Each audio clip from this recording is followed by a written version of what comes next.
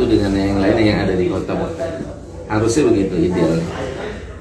Itu menunjukkan kekurangan ilmu dari kaum muslimin secara umum ya. Dan itu kan pusat kota. Maka itu pusat kota. Entah itu orang dalam ataupun orang luar. Ya, orang dalam ataupun orang luar. Sebagaimana misalnya kalau kita lihat misalnya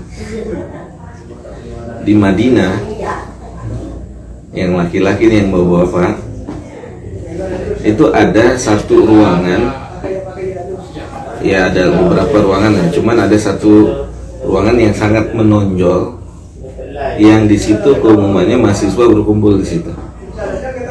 Mahasiswa keumumannya berkumpul di situ di sekitar majelis Syekh Abdul Razak radhiyallahu taala.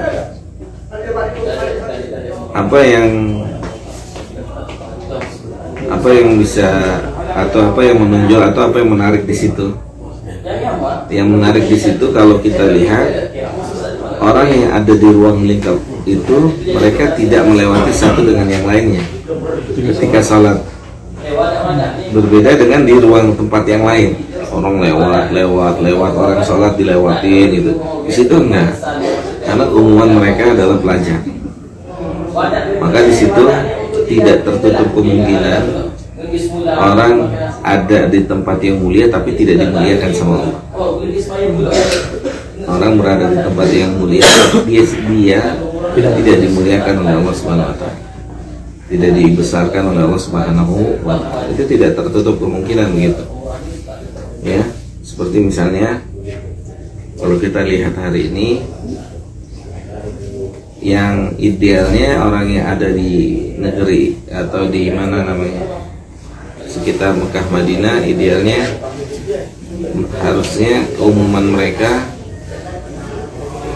memberikan satu contoh yang baik, ya satu contoh yang luar biasa. Tapi yang kita lihat justru kita nggak tahu siapa, tapi tentunya bisa juga orang luar, ya kita nggak tahu yang mana sikap dan perilakunya seakan-akan menunjukkan bukan orang yang punya ilmu, bukan orang yang punya ilmu. Sederhana aja gitu, sederhana. Apakah hukum melewati orang yang sholat berlaku atau tidak berlaku? Tetap berlaku, tetap tidak boleh melewati orang yang sholat. Tapi itu ternyata banyak orang melewati orang lagi sholat. Ada di satu tempat ruangan yang di situ biasanya mahasiswa berkumpul, di situ rapi, tidak ada saling melewati satu dengan yang lain ketika orang sholat sendiri. Menunjukkan beda, kayak beda sendiri itu satu ruangan itu. Iya, tempat. Atau di tempat-tempat ada syekh seperti itu. Misalnya di sini ada Syekh Abdul Razak, sini ada Syekh Abdul Muhsin. Nah, di ruangan-ruangan yang berkumpul mahasiswa di situ, kalau antum sholat di situ, antum nyaman. Kenapa nyaman? Orang nggak akan lewat depan kita, nggak akan ada yang lewat depan kita. Diterapkan itu larangan melewati orang yang sholat. Itu diterapkan kemarin di Madinah. Iya, berilmu. Makanya itu dia kaidah, tidak setiap orang yang ada di tempat yang mulia akan menjadi mulia. Gitu. Ya, tidak setiap orang yang ada di tempat yang mulia akan menjadi mulia atau dimuliakan sama Allah. Tidak semuanya seperti itu. Tidak identik kayak gitu. Itu yang tidak mulianya yang dilewatin sholatnya apa yang melewatin? Semuanya umum. Makanya tidak mulia. Gimana? Kadang-kadang kan ada orang yang sholat tidak sengaja. Iya. Nah itu juga kan menunjukkan kurang ilmu.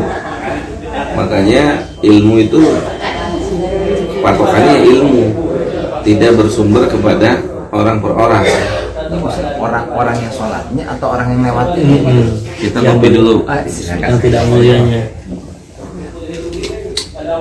Mbak ngopi mbak. Mbak mau ngopi? Nggak ngopi ya? Ya tentunya kalau misalkan seperti itu di tempat di tengah jalan, yang salah orang yang sholat, yang salah orang yang sholat. Makanya kan askar juga kalau lihat langsung diusir sama dia, jalan nggak boleh. Kan tempat sholat sudah disiapkan sama mereka, ya. Tempat sholat sudah disiapkan oleh petugas. Nah makanya di situ tetap segala sesuatu itu tidak dilihat dari siapa dan berasal dari mana, tetap membuatnya kembali pada ilmu. Semua kembali kepada ilmu, berjalan dengan ilmu. Karena bisa jadi ketika tidak berjalan dengan ilmu, dilihat dari misalkan selama orang itu berasal dari negara fulan, tempat fulan. Waalaikumsalam.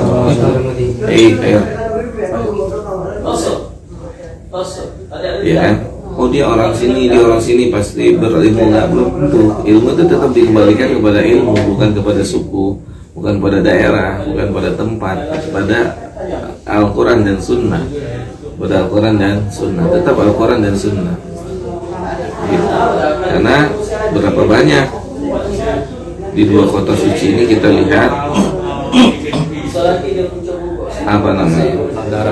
perilaku dari orang per orang yang jauh dari ilmu, gitu, yang jauh dari ilmu. Makanya pentingnya kita belajar ilmu agama, apalagi di dua kota suci ini. Agar apa? Agar kita tidak melakukan satu pelanggaran di dua kota suci ini. Karena pelanggaran yang dilakukan oleh orang di dua kota suci ini hukumannya berbeda, dilipat gandakan. Dosa yang dilakukan oleh orang di dua kota suci ini itu hukumannya berbeda. Karena dua kota ini dua kota yang dimuliakan oleh Allah Subhanahu wa taala. Begitu. Sebagaimana ajarnya di sini di Masjid Nabawi ataupun di Masjidil Haram digandakan, maka demikian juga orang yang tidak menjaga kesucian dua kota suci ini, ya, maka mereka pun mendapatkan ancaman yang tidak ringan. Gitu. Jadi semua itu tetap kembali pada ilmu. Semua tetap kembali pada ilmu. Kenapa? Karena kalau kita ketemu dengan misalnya orang yang benar menerapkan ilmu, ya, wa man dakhalahu kana amina, siapa saja yang datang ke kota Mekah maka mereka akan mendapatkan rasa aman. Kalau kita ketemu dengan orang-orang yang berilmu, kita akan merasa dimuliakan sekali. Kalau pas lagi ketemu dengan orang yang benar-benar ngerti ilmu, baik yang laki ataupun yang perempuan, insya Allah mereka benar-benar memuliakan, mereka benar-benar sangat takut apa dengan ucapannya, dengan lisannya. Karena orang yang ada di kota Mekah itu mereka orang yang dibawa perlindungan oleh Allah, dengan Allah Subhanahu wa taala. Makanya sedapat mungkin kita untuk menahan apapun yang terjadi yang menimpa kita, baik geseran, senggolan, gitu kan, ya, geseran dan senggolan. Lebih baik kita banyak mengalah, banyak sabar, banyak mengalah, gitu. Nah itu dia pelajaran kita di malam hari ini. Jadi hukum asal orang yang datang ke kota Mekah, maka hukum asalnya mereka harusnya menjadi orang yang aman, orang yang aman. Kan tapi fenomena hari ini yang kita lihat, ya, fenomena hari ini yang kita lihat, kenapa tawaf aja seorang bisa buat dorong-dorongan, gitu kan? Itu tidak dikembalikan kepada kota Mekah, tapi dikembalikan kepada person orang per orangnya, orang per orang yang tidak mengerti ilmu, sehingga melakukan apa yang terjadi. Wallahu a'lam bishawab. Mungkin ini pembahasan kita di malam hari ini. Jadi hukum asalnya orang yang ada di kota Mekah adalah orang yang mendapat keamanan, aman diri. Harusnya begitu, karena itu nas Al-Quran, وَمَنْ دَخَلَهُ كَانَ آمِنًا. Harusnya aman, dalam artian aman, dia tidak terganggu dengan siapapun. Bahkan ya, Om Erik dan teman-teman semua, ini seharusnya ini misalkan antum punya uang, handphone di sini, antum tinggalin 2 hari, 3 hari, dia tetap ada di sini. Harusnya. Karena barang temuan di 2 kota di Mekah ini, ya, itu nggak boleh diambil. ada misalkan kita ngeliat ada koper isi duit semua, itu nggak boleh diambil, dimin aja di situ. Kecuali kita ambil, kita iklan ada yang kehilangan gitu. Nah, itu saking apanya? Saking apanya? Aman ya. Iya, saking amannya orang. Antum mau kamar mandi gak usah ribet-ribet, yang tas yang antum bawa harusnya nggak perlu dibawa juga kamar mandi, tinggalin aja. Tasnya, handphonenya, jamnya taruh letak gitu. Balik itu masih ada. Gitu. Makanya kan apa namanya, di dua kota suci ini atau khusus di Mekah ini terkenal orang naik mobil, mobilnya dimatiin, kuncinya tetap ada di dalam mobil gitu kan, mobilnya tinggalin aja, nggak ada yang ngambil. Nah itu seharusnya seperti itu. Maka ketika misalkan terjadi kita tidak merasa aman di dalam kota yang mulia ini, bukan karena apa namanya, bukan karena kota ini, bukan, tapi karena kembali lagi kepada persen orang per orang gitu. Sehingga apa namanya, ayat ini tidak disalahkan gitu. Ayat ini tidak disalahkan, tetap kembali salah itu kepada orang per orang. Harusnya aman kan, bukti nyatanya kita lihat sebagian ada mobil ditaruh di parkiran gitu kan, kemudian kunci ada di dalam, orangnya nggak ada, pintunya terbuka gitu, kayak gitu yang maksud dengan orang yang ada di dalamnya aman. Makanya dikatakan ketika kita menemu barang temuan di kota Mekah itu tidak boleh diambil, dimin aja, kecuali kita mau melakukan pengumuman. Jadi kita kadang-kadang kan ketinggalan ya, apa gitu, oh ketinggalan di sini, balik lagi tuh ada, masih ada itu barang. Idealnya kayak gitu.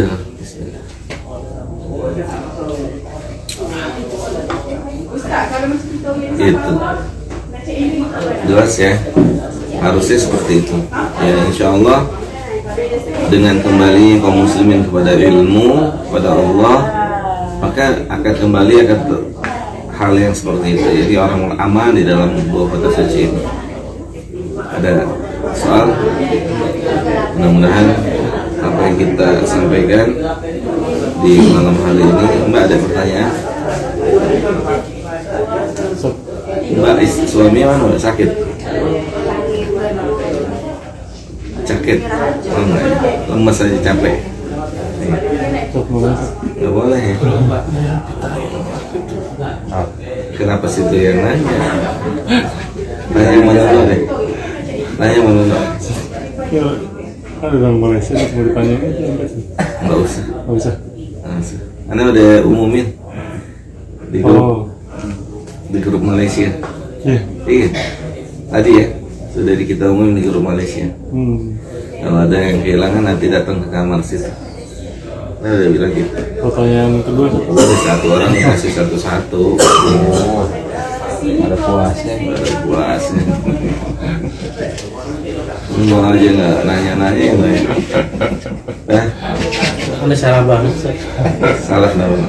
Ya iya, maksudnya itu dompet itu. Dompet kenapa no? Iya maksudnya Oh. dompet itu kosong gitu kira-kira. bolehnya Alhamdulillah. Nah, Deka, kan secara fitrah kita kalau melihat fitrah itu apa ya? kalau ada melihat sesuatu yang buruk dalam hati tuh berpikir video parah banget ya begitu, video parah banget ya gitu. Itu boleh kan sih? Apanya? Ya kita pikir kayak gitu sampai terucap. Ya sebenarnya kalau kita lihat fenomena seperti itu, kadang yang kita lihat ada di diri kita di suatu hal. Iya, kadang ada di diri kita. Ya kan, udah lah Pak. Kita ngelihat misalkan orang punya kekurangan begini, suatu ketika kita pun bisa melakukan itu. Itu yang menunjukkan ketidaksempurnaan manusia. Itu menunjukkan ketidaksempurnaan manusia. Sebagaimana yang dikatakan, salah satu sifat Allah adalah Al-Aziz yang maha sempurna. Maka kesempurnaan ini tidak dimiliki oleh manusia. Pasti ada kekurangan. Makanya kekurangan itu nanti tinggal dilihat bertingkat-tingkat kekurangan itu. Kekurangan itu bertingkat-tingkat. Ada yang kekurangan itu sangat fatal, yang benar-benar seseorang harus diberikan nasihat, peringatan. Nah, ada orang kekurangannya fatal nih, dia sehingga dia harus diperingatin, sehingga dia harus dinasihatin, sehingga orang harus berhati-hati dengan dia kalau kesalahannya fatal. Gitu. Ada yang berkurang sedikit, ada yang ya intinya kesalahan itu relatif, ada yang besar, ada yang kecil. Kan? Makanya ketika kita melihat fenomena-fenomena seperti itu, yang tepat adalah ya Allah, semoga saya nggak kayak gitu. Harusnya begitu, karena kekurangan yang ada pada diri seseorang itu tidak tertutup kemungkinan bisa ada pada diri kita. Itu karena kita makhluk yang penuh dengan kekurangan, ya, karena kita tercipta bukan makhluk yang sempurna. Iya, maka ketika kita melihat kekurangan itu, yang pertama kita sikapi adalah semoga kita tidak memiliki sifat seperti itu. Ya, itu kita berdoa pada Allah kalau memang satu perbuatan itu adalah melanggar syariat. Gitu. Kemudian yang kedua, sikapnya adalah kita mendoakan dia semoga Allah berikan dia hidayah. Gitu. Semoga Allah berikan dia hidayah.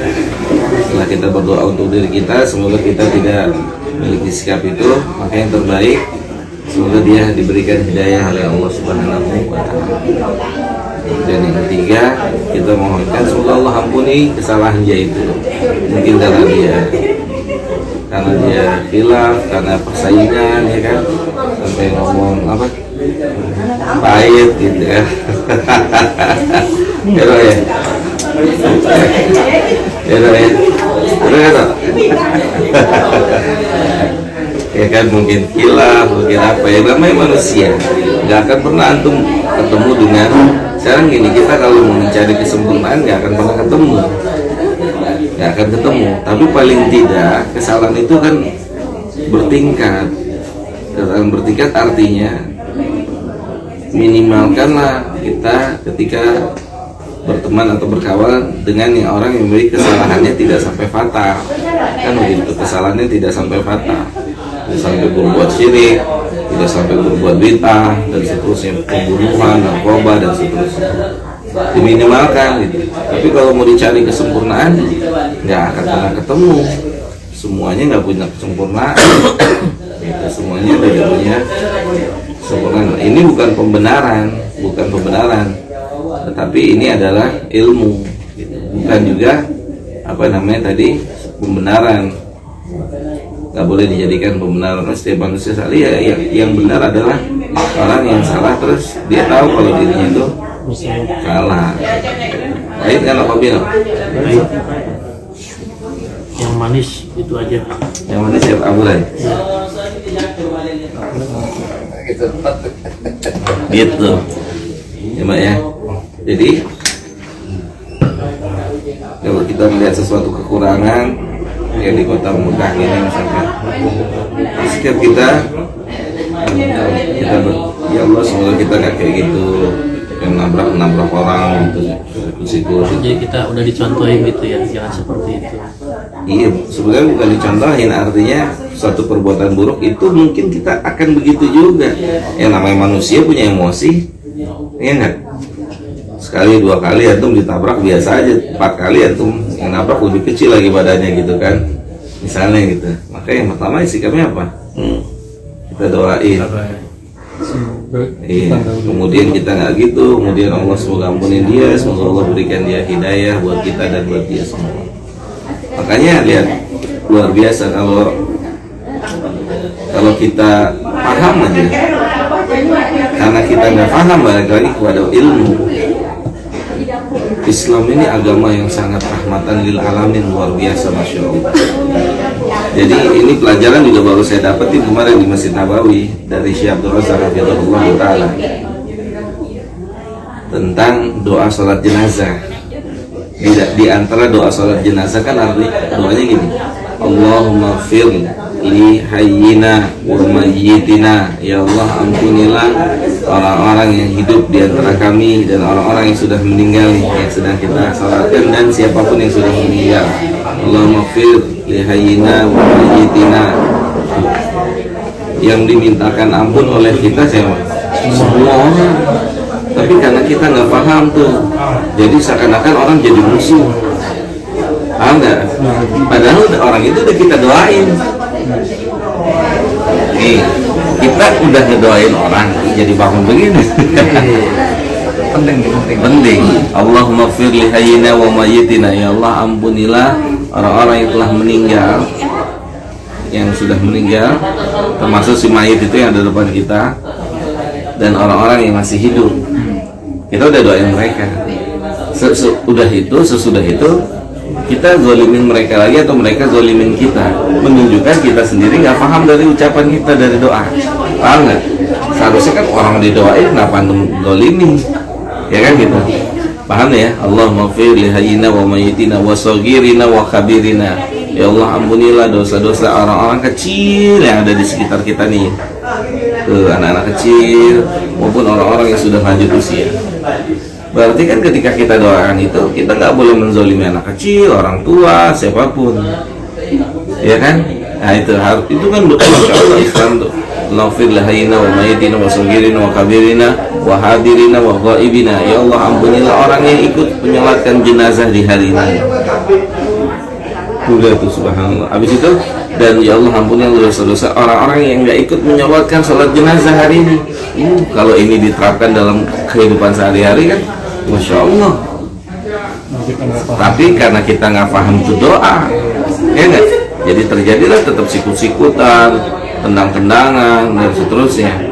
Doanya kan, Masya Allah, ya Allah, ampunilah anak kecil di antara kami, orang dewasa di antara kami, ampunilah orang yang hadir menyolatkan jenazah dan orang yang tidak hadir. Kemudian Allahumma fir lidzakarina wa unsana. Ya Allah, ampunilah laki-laki di antara kami dan perempuan di antara kami. Subhanallah. Ya, itu untuk penjelasan si Abdul Razak. Islam agama yang sangat rahmatul alamin. Lihat aja doa yang kalian ucapkan di setiap salat jenazah itu, ya kan? Tapi realitanya tetap orang di jalan tabrak-tabrakan, senggol-senggolan dan seterusnya. Wallahu a'lam. Ada soal? No? Rama?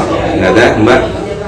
Oke, kalau tidak ada, kita cukupkan sampai di sini pengajian kita di malam hari ini di kota Mekah. Mudah-mudahan ada manfaatnya buat saya dan buat kita semua.